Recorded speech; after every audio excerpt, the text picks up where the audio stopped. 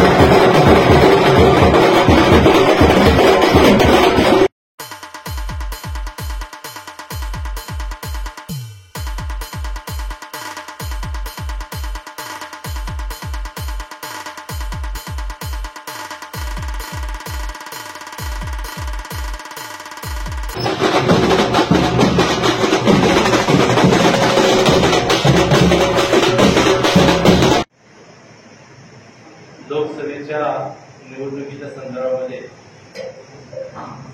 आपल्या सांगली लोकसभा मतदारसंघाचे उमेदवार भारतीय जनता पार्टीचे आणि महायुतीचे उमेदवार सन्माननीय खासदार संजय काका पाटील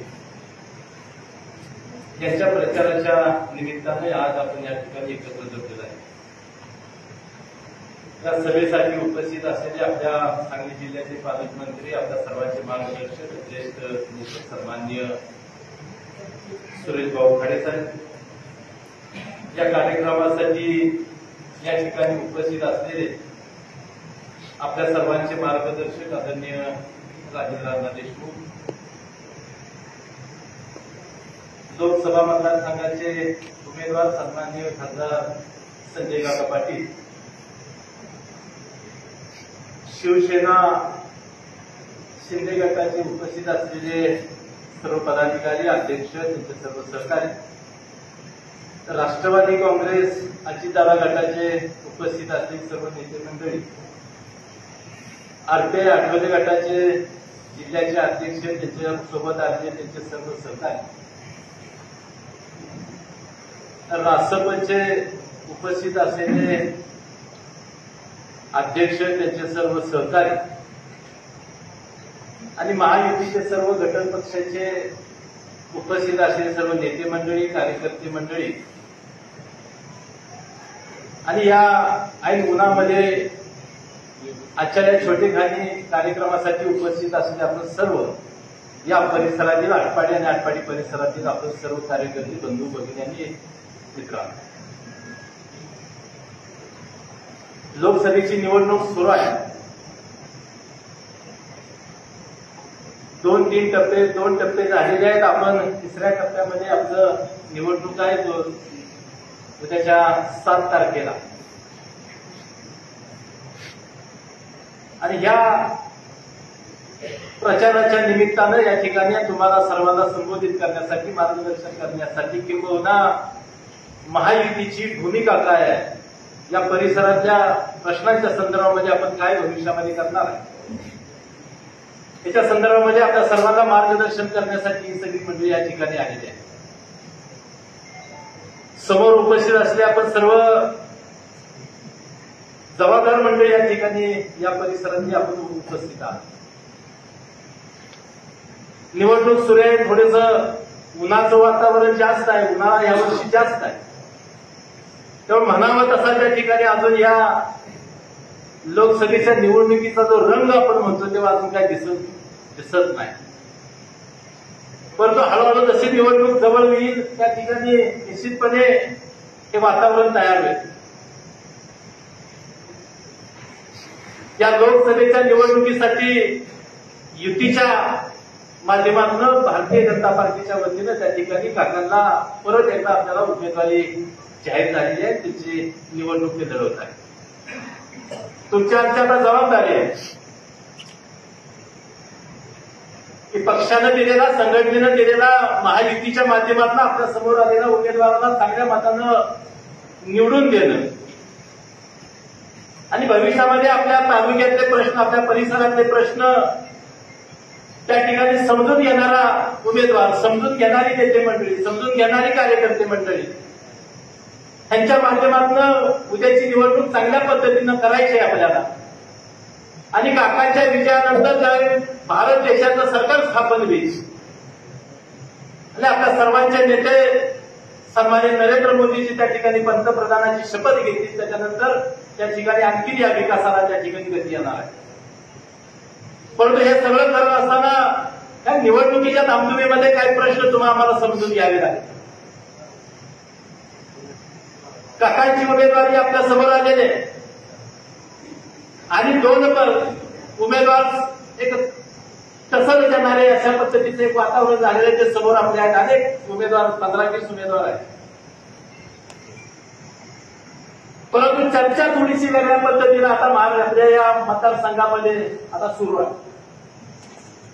कोण भावनिक काय वातावरण करण्याचा प्रयत्न करतोय, कोण म्हणतंय की माझ्यावर अन्याय झालेला आहे, मला काँग्रेसनं डावललं, मला महाआघाडीनं डावललं, माझ्यावर मोठा अन्याय झालेला आहे. अशा पद्धतीची चर्चा करून काही मंडळी थोडंसं मतदान मागण्याचा प्रयत्न करत आहे. परंतु सांगली मतदारसंघाचा विचार आपण केला आणि सांगली मतदारसंघातला हा दुष्काळ पट्ट्याचा जर आपण विचार केला, जत असेल, कवठेमंकाळ असेल, आटपाडी असेल, खानापूर असेल, तासगावचा पूर्व भाग असेल, याची आत्ताची परिस्थिती आपण पाहिली की आता मी आत्ताच त्याचा उल्लेख केला की एप्रिल महिना चालू आहे आणि प्रचंड उन्हाळा, आत्ताच्या घडीला 40 डिग्री टेम्परेचर आहे. आणि खाली जाऊन सांगायला माझ्यासारख्या कार्यकर्त्याला आनंद होतोय. असल्या उन्हाळ्यामध्ये, असल्या परिस्थितीमध्ये सुद्धा आटपाडीच्या ओढ्याला आणि त्या परिसरामध्ये आता ओढ्याला पाणी येत.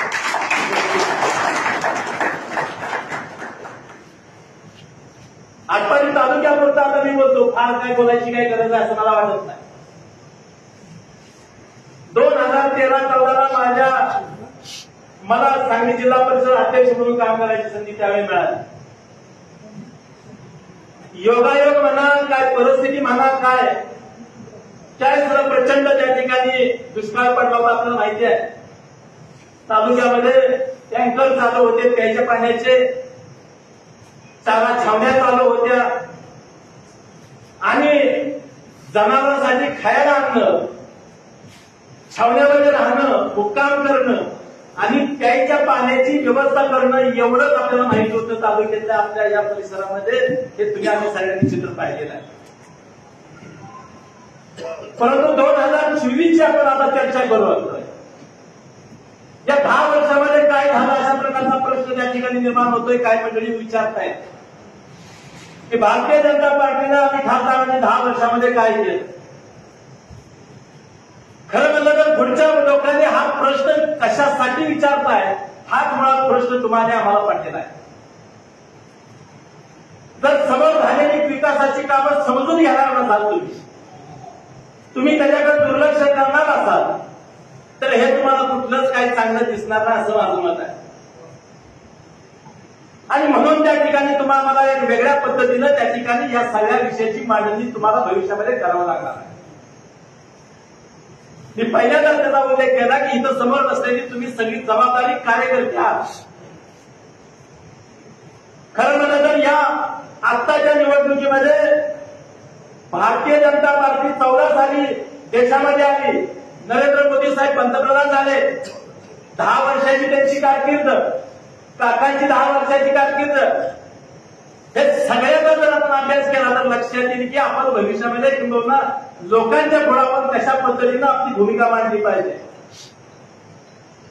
आता सगळीकडे शांतता आहे, कोण काय बोलत नाही. असं करून चालणार नाही. मला तुम्हाला विनंती करायची आहे कार्यकर्त्यांना, तुम्ही पानपट्टीवर उभा असाल, तुम्ही चौकात उभा असाल, तुम्ही हॉटेलमध्ये चहा घेत असाल, तुम्ही लग्नात असाल, तुम्ही कुठल्या कार्यक्रमाला गेला असाल, तिथं जिथं त्या ठिकाणी या निवडणुकीचा विषय येईल त्या भारतीय जनता पार्टीनं या परिसरामध्ये दिलेलं पाणी एवढा विषय आपल्याला चांगल्या पद्धतीनं या परिसरामध्ये झालेली राजकीय कामं, विकासाची कामं अतिशय प्रभावीपणे आपल्याला त्याची चर्चा करावी लागेल. झालंय कसं, काम करणारी शांत आहे आणि काम न करणारे आज त्यांचा आवाज त्या ठिकाणी मोठा त्या ठिकाणी ऐकायला येऊ लागलेला आहे. असं करून चालणार नाही. लक्षात काही मंडळी आपलाच त्याचा उल्लेख केला. काही मंडळी म्हणतात की आमच्यावर अन्याय झाला म्हणून मला मतदान द्या. खरं म्हणलं तर मला त्यांना प्रश्न विचारायचा आहे, कुठला अन्याय झाला तुमच्यावर?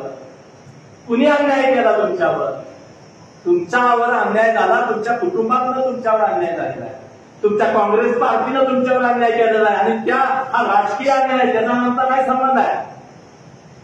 तुम्हाला तिकीट देणं, तुम्हाला तिकीट अशी वगळणं, तुम्हाला त्या ठिकाणी आणि काय गोष्टी कराव्या लागल्या तरी सुद्धा तुम्हाला तिकीट न मिळणं, ह्याचा जनतेचा काय संबंध आहे? तुमच्यावर अन्याय हा तुमच्या पक्षाने केलेला आहे, तो राजकीय अन्याय लक्षात घ्या. परंतु असा अन्याय झालाय असं म्हणणारे जे उमेदवार आहेत त्यांना मला असं सांगायचं आहे, तुमच्या पक्षाकडे गेली 7 वर्ष या देशाची सत्ता होती, राज्याची सत्ता होती. तुमच्या कुटुंबामध्ये किंबहुना जेवढी सत्ता काँग्रेसकडे होती तेवढीच सत्ता वसंतदादांच्या घराकडे तेवढीच सत्ता होती. एवढीच वर्ष. खरं म्हणलं तर वसंतदादांचं कैलासवासी वसंतदादा 4 वेळे या महाराष्ट्राचे मुख्यमंत्री झाले. मोठा माणूस. माझ्यासारख्या छोट्या माणसाने त्या माणसाबद्दल बोलणं योग्य नाही असं मला वाटतं. परंतु परिस्थितीत भावाची निर्माण झालेली आहे की माझ्यासारखा कार्यकर्ता ज्याने अभ्यास करतो या मतदारसंघाचा, याच्या सांगली जिल्ह्याचा, तर आज एक नागरिक म्हणून मला असं वाटतं की काय केलं तुम्ही या 50 वर्ष तुम्ही काय केलं? हा प्रश्न आम्हाला विचारावा लागेल तुम्हाला. 4 वेळा तुम्ही म्हणताय की वसंतदादा मुख्यमंत्री झाले. 3 वर्ष 4 वेळेला त्या ठिकाणी प्रकाश बापू म्हणजे तुमचे वडील खासदार झाले. 2 वेळेला तुमचे भाऊ खासदार झाले. त्यातला 1 वेळ तुम्ही मंत्री होता. त्यावेळेला या आपल्या मतदारसंघाच्या या दुष्काळी पट्ट्यातले प्रश्न तेच होते. लक्षात घ्या. शेतीच्या पाण्याचाच प्रश्न होता. आपण काय दुसरं मागत होतो? जर कवठेमंकाळ, आटपाडी, तासगाव, खानापूर या आमची मागणी काय होती की आम्हाला शेतीला पाणी द्या. अशा प्रकारची मागणी गेल्या 2 दुया करतोय आपण. 2 दुया गेल्या ह्याच्यामध्ये की आम्हाला पाणी द्या, पाणी द्या, पाणी द्या असं म्हणत म्हणत म्हणत त्यावेळेस सत्ता तुमची होती, तुमच्या घराची सत्ता होती. यावेळेला तुम्ही आम्हाला पाणी न देता या परिसरावर जो अन्याय केला आहे त्याचं उत्तर कोण देणार आहे? तुम्हाला तिकीट देणार नाही तर तुम्ही सगळीकडे महाराष्ट्रावर फिरत बसताय की मला तिकीट चाललंय, आम्हाला अन्याय झालाय, अन्याय झालाय. आमच्या 2 पिढ्या वाया गेल्या, त्याचं कोण उत्तर देणार आहे? त्याचं उत्तर तुम्हाला या परिस्थितीमध्ये द्यावं लागेल असं वाटतं.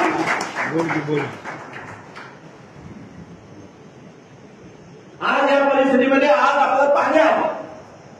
हे पाणी कसं आलं? माझ्या माहितीला 1991 साली अनिल भाऊ त्या ठिकाणी आमदार झाले काका.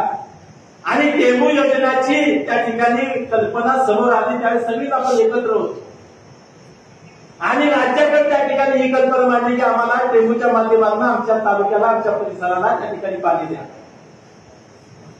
दुर्दैवाचं त्यावेळेस काँग्रेसचं राज्य होतं. काँग्रेसनं ह्याच्याकडे विस्तरपणे दुर्लक्ष केलं या योजनेकडे आणि 95ला युतीचं शासन आलं. राजेंद्रराव आमदार झाले. तीच योजना पुन्हा आम्ही रेटली. अनिल भाऊंनी मांडलेली योजना 5 वर्ष आम्ही सगळी त्यांच्याबरोबर भांडत होतो, काँग्रेस बरोबर, राज्य सरकार बरोबर. एक कागद हरला नाही इकडचा तिकडं. परंतु 95ला मात्र युतीचं शासन आलं आणि या ठिकाणी आटपाडीमध्ये मेळावा झाला आणि याला त्या ठिकाणी मूर्त स्वरूप आलं. जोशी साहेब मुख्यमंत्री होते, मुंडे साहेब उपमुख्यमंत्री होते. त्यांच्या माध्यमातून या योजनेला प्रशासकीय मान्यता मिळाली आणि त्या ठिकाणी कामाला सुरुवात झाली. पैशाची व्यवस्था नव्हती, राज्याकडे पैसे नव्हते म्हणून बॉन्ड्स त्या ठिकाणी काढले, कर्जरोटे काढले त्याच्या माध्यमातून त्या ठिकाणी पैसे उभा केले आणि त्या ठिकाणी 40-50% काम त्यावेळी भाऊ त्या ठिकाणी पूर्ण झालं. काँग्रेसच्या काळात याच्याकडे कुणी बघितलं नाही. युतीचं भारतीय जनता पार्टी शिवसेनेचं राज्य आल्यावर याला मंजुरी मिळाली, काम सुरू झालं. परत काँग्रेसचं सरकार आलं तर परत त्या ठिकाणी योजना बंद झाली. पुन्हा 15 वर्ष ही योजना बंद पडली. आणि मग ज्यावेळेस आम्ही त्याला विचारू लागलो, भाऊ की काय हे एक दगड हलत आहे, काय करताय तुम्ही, अशा प्रकारचा प्रश्न सवाल सगळीकडे उमटू लागला. त्यावेळी त्यांनी सांगितलं अनुशेषामुळे आम्हाला काही करता येत नाही. आणि हा अनुशेष कुठला? राज्यपालांनी असं सांगितलं की पश्चिम महाराष्ट्रामध्ये सिंचनासाठी ज्यादा पैसे खर्च झाले, सिंचनाचं काम जास्त झालंय आणि विदर्भ मराठवाड्यामध्ये कमी झालंय, त्यामुळे तुम्हाला पश्चिम महाराष्ट्रामध्ये आता ही कामं करता येणार नाहीत, अशा प्रकारची भूमिका राज्यपालांनी घेतली. आणि मग सगळ्या सरकारचे हात बांधले गेले. लक्षात घ्या, त्यावेळेस अनुशेष होतात. आता नंतर जब 14 साली मात्र परत भारतीय जनता पार्टीचं सरकार, मोदींचं सरकार, मोदींच्या नेतृत्वाखाली सरकार देशामध्ये आलं. त्यावेळेस मात्र संजय काका खासदार होते त्या 14 पासून. आणि पुन्हा त्या ठिकाणी हा प्रश्न पुढे आला की इथल्या भागाच्या पाण्याच्या प्रश्नाचं काय करणार. आणि त्यावेळेस तोच प्रश्न पुढे आला की अनुशेष असल्यामुळे राज्य सरकारला काहीही करता येत नाही. मग हाच प्रश्न, हाच चेंडू केंद्राकडे गेला, केंद्राच्या ह्याच्यामध्ये गेला. आणि तुमच्या आणि आमच्या सुदैवानं गडकरी साहेबांच्याकडे हे खातं होतं, सिंचनाचं खातं होतं केंद्रात. त्यांनी विषय समजून घेतला, काय राज्याची अडचण काय आहे, अनुशेषाची अडचण काय आहे, पैशाची अडचण काय आहे.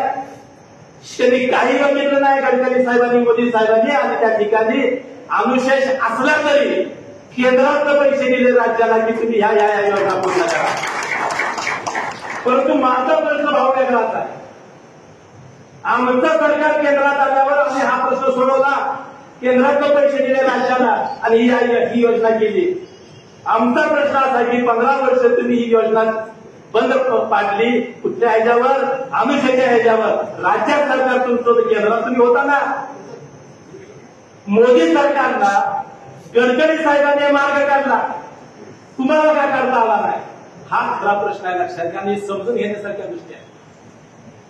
आणि मग त्या ठिकाणी पैसे आले आणि मग या सगळ्या गोष्टी आज तुम्ही तालुक्यामध्ये जावा, पश्चिम भागामध्ये आपल्या जिल्ह्याचा जर गेला तर प्रत्येक ठिकाणी आज आटपाडीच्या ओढ्याला गुडघाभर कंबरभर पाणी आहे. एकच माझा प्रश्न आहे तालुक्यात, एक भारतीय जनता पार्टीचा कार्यकर्ता म्हणून माझा तालुक्याला आणि कार्यकर्त्याला प्रश्न आहे. मोदी साहेबांनी, गडकरी साहेबांनी केंद्रातनं पैसे दिले नसते, टेंबू योजना चालू झाली नसती तर आजची परिस्थिती तुम्ही सांगा काय झाली असते. आजची परिस्थिती तुम्ही बघा, इतकी वाईट परिस्थिती झाली असते. 2072 पेक्षा एक मोठा दुष्काळ या ठिकाणी तुम्हाला आम्हाला सहन करावा लागला असता. ही भूमिका आहे आणि म्हणून भारतीय जनता पार्टीला मत द्यायचं म्हणून टाकणार. आम्हाला लढून मतं मागायची नाही, आम्हाला पॉझिटिव्ह मतं मागायचे आहेत. टाका भाऊ, लक्षात घ्या. मतदान 2 पद्धतीचं आहे, निगेटिव्ह आणि पॉझिटिव्ह, नकारात्मक सकारात्मक. काय काम केलं नाही म्हणून त्या ठिकाणी दुसऱ्याला असं करायचं ना, आम्हाला मत द्या म्हणायचं एक निगेटिव्ह. आता आपलं तसं मत मागायचं नाही, आम्ही काम केलंय, पैशाचं वाचवून त्या ठिकाणी मत मागायचं असं माझं मत. आणि ह्याच्यासाठी तुम्ही आम्ही सगळ्यांनी मी आत्ताच सांगितलं की चौकामध्ये 8 दिवस आहेत. आता ही भूमिका भारतीय जनता पार्टीची आणि महायुतीची आपण त्या ठिकाणी खंबीरपणे मांडली पाहिजे. लक्षात थोडंसं वेगळ्या पद्धतीनं काका मांडायचं झालं, भाऊ मांडायचं झालं, थोडंसं इस्कटून मांडायचं झालं तर काही गोष्टीचा उल्लेख या निमित्ताने होता. म्हणतो या राज्याची सत्ता कलापाशी वसंतदादांच्या हातामध्ये होती, मोठे नेतृत्व होतं महाराष्ट्रामध्ये.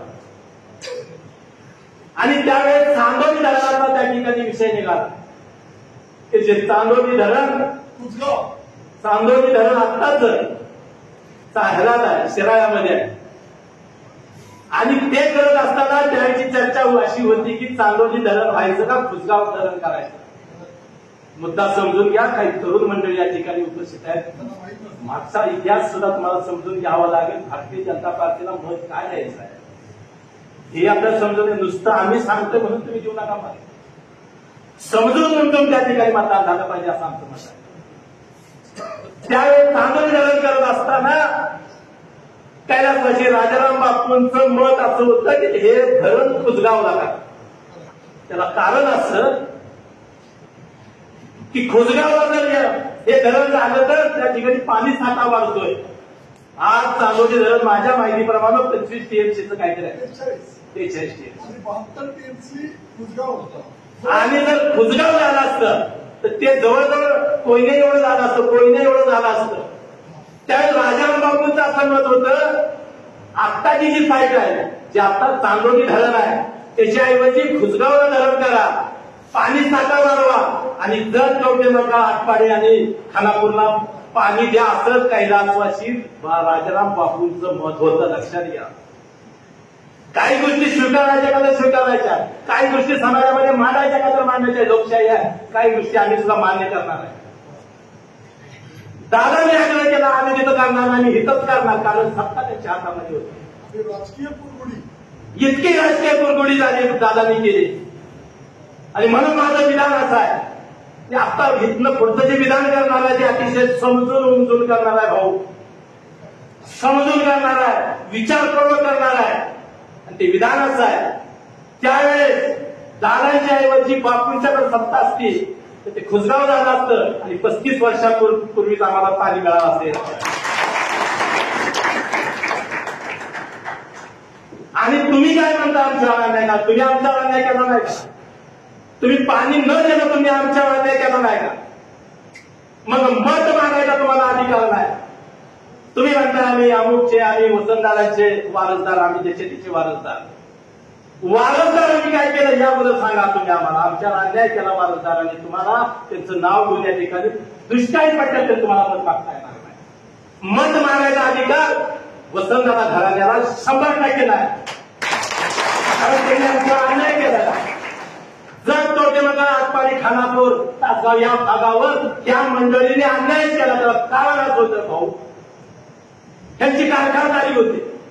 जतला पाणी गेलं आटपाडीला पाणी गेलं कवठे मंकाळला पाणी गेलं. तुम्ही अभ्यास करा. ऊस तोडीला जाणारी माणसं कुठली होती बघा. सगळे आटपाडी तालुका जत तालुका कवठे मंकाळ तालुका आणि त्यांनी चांगलं डोकं चालवलं. हिथं पाणी गेलं तर ही बागायदार म्हणजे आपला ऊस तुम्ही तोडायचा. मित्रांनो अतिशय खंबीर प्रश्न आहे. लक्षात घ्या. समजून घेऊन घेतल्यात आपण ते काम केलं नाही. तुमचा ऊस तोडायला कोणी लागतंय म्हणून तुम्ही आम्हाला पाणी दिलं नाही. आमच्या एका धनगर समाज भाऊ मेंढर घेऊन इकडे त्या ठिकाणी कोकणात जातो. ह्या भागात परिसरात जातो. नदीकाठा जातो. ह्यांची रानं खतवायसाठी आमची माणसं पाहिजे म्हणून त्यांनी आम्हाला पाणी दिलं नाही. आज परिस्थिती बदलली भाऊ तुम्ही आम्हाला पाणी दिलं. 100% या बाहेर परिसराला पाणी मिळालंय. आता काय अडचण आहे का तर आहे अजून आणून त्याची पण चालू आहे. परंतु जी मंडळी भाऊ कोयता घेऊन तोडायला चालू की ऊस तोडायला चालू की जी मंडळी मेंढरं घेऊन त्या ठिकाणी यांची रानं खतवायला जात होती आज बागायला जात. आणि तुम्ही कशाला आमचं आम्हाला मत मागताना आमच्याला अन्याय झालाय म्हणताय. तुम्ही आमच्यावर अन्याय केला त्याचं उत्तर कोण देणार आहे. तुम्हाला मत मागायचा अधिकार नाही असं माझं मत आहे. तुम्हाला मत मागायचा काही प्रमाणात बघा तर अधिकार कोणाला आहे. जयंत पाटलांना थोडा अधिकार. त्यांच्या वडिलांनी आमची बाजू त्या काळात धरणी बसवलं म्हणून तुम्हाला त्या ठिकाणी थोडासा अधिकार आहे. तुम्ही सत्तेवर असताना या परिसरातलं 5-6 टीएमसी तुम्ही रिझर्व्ह करून ठेवलं. तुम्हाला मत मागायचा अधिकार काही प्रमाणात आहे. जयंत पाटलांना पतंगराव कदमांनी आटपाडी तालुक्यामध्ये मार्केट कमिटी व्हावी म्हणून आम्हाला साहेब मदत केली म्हणून त्यांना काही प्रमाणात मत मागायचा अधिकार आहे. वसंतदाराच्या घराला मत मागायचा अधिकार नाही. आणि त्यामुळे ह्या सगळ्या गोष्टी तुम्हाला आम्हाला भविष्यामध्ये त्या ठिकाणी सांगावे लागतील. 2-4-8 दिवसामध्ये हे सांगावं लागेल. अजून काही प्रमाणामध्ये भाऊ कामं राहिलेले माझ्या माहितीप्रमाणे त्यालाही मंजुरी मिळालेली आहे, 6व्या टप्प्याला मंजुरी मिळाली, त्याची टेंडर निघतात. म्हणजे आता राहिलेला आटपाडी तालुक्याचा भाग म्हणजे विभूतवाडी असेल, कुरुंदवाडी असेल, पिंपरी असेल, खालची नदीच्या पलीकडची काय गावं असतील, राजेवाडीच्या तिकडची काय गावं असतील, याला त्या ठिकाणी अजून पाणी कमी पडतंय. किंबहुना जिथं आता पाणी आलंय त्याचंही नियोजन अजून व्हायचं आहे. परंतु एक गोष्ट लक्षात आहे, जे पाणी कृष्णेत होतं ते पाणी आता आपल्या शिवारामध्ये आलं. एवढं काम भारतीय जनता पार्टी आणि त्या युतीनं निश्चितपणे केलेलं आहे. त्यामुळे आपल्याला मतदान अतिशय उत्साहानं घरामध्ये केलं पाहिजे आणि उद्या त्याला अतिशय चांगल्या पद्धतीचं मतदान या दुष्काळी पट्ट्यात झालं पाहिजे. अशा प्रकारची भूमिका या निमित्तानं मी आपल्या सर्वांच्या समोर मांडतो. आणि हे सगळं करत असताना मी काकांनाही विनंती करतो. काका, पाण्याचं काम निश्चितपणे झालेलं आहे. त्याचं मी बऱ्याच वेळा काही सभेमध्ये तुमच्या समोर काही भूमिका मांडलेली, अजून त्याचं नियोजन होणं गरजेचं आहे. नदीच्या पलीकडे त्या ठिकाणी काय पाणी आहे त्याचंही त्या ठिकाणी टेंडर आता झालेले आहेत, त्याची होऊन त्या ठिकाणी तेही काम झालं पाहिजे. आणि या सगळ्या परिस्थितीमध्ये निश्चितपणे तालुक्यातल्या प्रत्येक इंच ना इंच जमीन आमची घेतली पाहिजे अशा प्रकारची भूमिका आम्ही मांडलेली आहे. आणि त्याला निश्चितपणे भारतीय जनता पार्टी आणि युतीच्या माध्यमातून भाऊ तुम्ही अतिशय मोठं काम केलेलं आहे. खरं म्हणलं तर गडकरीच्या साहेबांच्या माध्यमातून या परिसरामध्ये रस्त्याची कामं प्रचंड झाली. तुम्ही इकडे विजापूरला जावा, मिरजेला जावा, सांगलीला जावा, कराडला जावा, सातारला जावा, पुण्याला जावा, बारामतीला जावा, कुठेही जावा, अतिशय सगळे चांगले रस्ते झालेले आहेत. खरं म्हणलं तर हे कामं भारतीय जनता पार्टी सत्तेवर आहे म्हणूनच त्या ठिकाणी ही सगळी कामं झाली आहेत. आणि म्हणून त्या ठिकाणी आपल्याला समजून उमजून पुन्हा एकदा हा शब्द वापरतो, ज्यांनी आपल्यावर 50 वर्ष राज्य केलं आणि आपले प्रश्न समजून घेतले नाही, आपल्या जीवावर ही मंडळी मोठी झाली, परंतु सामान्य माणसाला, शेतकऱ्याला मोठं करावं असं कधी वाटलं नाही. त्यांना आता फार काय त्याचे आपण समजून घ्यायची काही गरज नाही. आपल्याला ज्यांनी मदत केली, आपले मूळ प्रश्न जो होता शेतीच्या पाण्याचा प्रश्न, तो ज्यांनी हाताळला, त्या पार्टीला, त्या सरकारला त्या ठिकाणी आपण मतदान करायचं आहे एवढंच या निमित्तानं आपल्याला सांगतो. आणि उद्याच्या 7 तारखेला 7 मेला सकाळी 7 वाजता मतदान सुरू होणार आहे. उन्हाचे दिवस आहेत, लवकरात लवकर मतदान कसं घडेल अशा प्रकारचं नियोजन तुम्ही आम्ही सगळ्यांनी केलं पाहिजे. आणि पुन्हा ते कोण काय करताय, पुन्हा तुम्हा सगळ्यांना एक सूचना आहे, अमुक एक कामच करत नाही, तो विरोधच करतोय. हा, तुमची तक्रार असेल कानात माझ्या सांगा, अण्णांच्या सांगा, काकांच्या सांगा, भाऊंच्या सांगा, त्याची फार चर्चा करत बसू नका. त्यांच्याकडनं कसं काम करून घ्यायचं, भाऊ आहे, सगळी नेते मंडळी आहेत, त्यांना दुरुस्त करते. निश्चितपणे आटपाडी तालुका किंबहुना खानापूर विधानसभा मतदारसंघामध्ये माझं म्हणणं असं आहे की भारतीय जनता पार्टीचे उमेदवार काका एकतर्फी चालले पाहिजेत अशा प्रकारची वातावरण.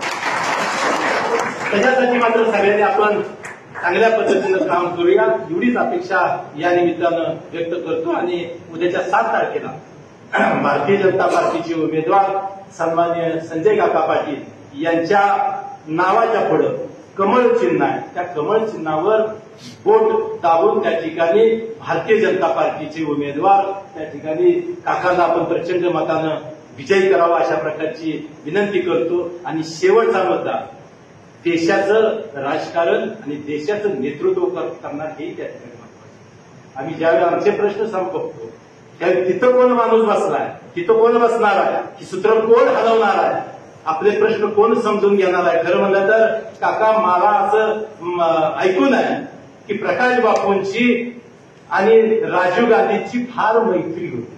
बघा, प्रकाश बापूंची आणि राजीव गांधींची मैत्री होती. त्या मैत्रीचा वापर आम्हाला इथं झाला नाही ना, नाही झाला ना, व्हायला पाहिजे होता ना. परंतु काकांनी जी त्या ठिकाणी केले, मग ते गडकरी साहेब असतील, तुमचे फडणवीस साहेब असतील किंवा केंद्रातली सगळी मंडळी असतील, त्यांच्याशी जे रिलेशन तयार केलं आहे त्याचा उपयोग निश्चितपणे आम्हाला भाव आणखी आमची भूक मोठी आहे. भाऊ त्याला मोठा आहे आमचा विकासाचा, तरी सुद्धा त्याला न्याय द्यायची भूमिका तुम्ही मांडलेली आहे. भविष्यामध्ये थोडंसं ज्यादा प्रमाणामध्ये ह्या दुष्काळी, फक्त आटपाडीवरच मी म्हणत नाही, जर कोटे मंगळ आटपाडी खानापूरचा जो दुष्काळी पट्टा आहे त्याच्याकडे विशेष त्या ठिकाणी लक्ष देऊन त्या ठिकाणी काम करावं अशा प्रकारची अपेक्षा या निमित्ताने व्यक्त करतो. परवा सांगलीमध्ये शिवसेनेची प्रचाराची सभा झाली किंबहुना त्यांची सभा झाली आणि उद्धव साहेब ठाकरे त्या ठिकाणी आले. त्यावेळी त्यांच्या उमेदवारानं बोलायला उभा राहिल्यावर त्यांनी सांगितलं की मी खासदार झालो की पहिलं काम करणार म्हणजे विमानतळाचं काम करणार आणि माझे उद्धव ठाकरे साहेब विमानाने इथं आले पाहिजे. बघा प्रायोरिटी कशाला. आम्हाला माहिती आहे ते प्रश्न काय. आम्हालाही माहिती आहे आमच्या जिल्ह्यामध्ये विमानतळ असलं पाहिजे. ह्याला नाही कवटेमंकाळला तुम्ही हे करणार हे प्रश्न आम्हालाही माहित आहे. आम्हीच मांडले.